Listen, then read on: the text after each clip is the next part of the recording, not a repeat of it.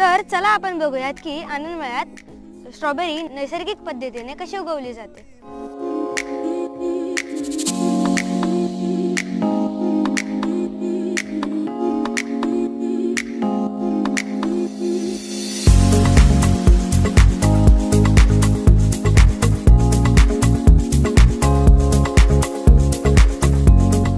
नमस्कार, मी केतकी देशपांडे।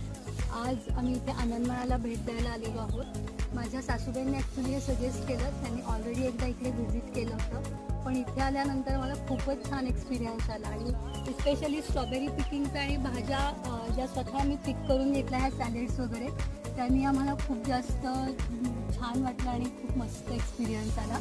तर तुम्हीसुद्धा सगळ्यांनी आनंदमेळ्याला नक्कीच भेट द्या। पुण्याच्या अगदी जवळ आहे आणि तुम्हाला सुद्धा अशा प्रकारचा आनंद नक्की तिथे येऊन मिळेल। तर स्ट्रॉबेरी फेस्टिवलला नक्की भेट द्या।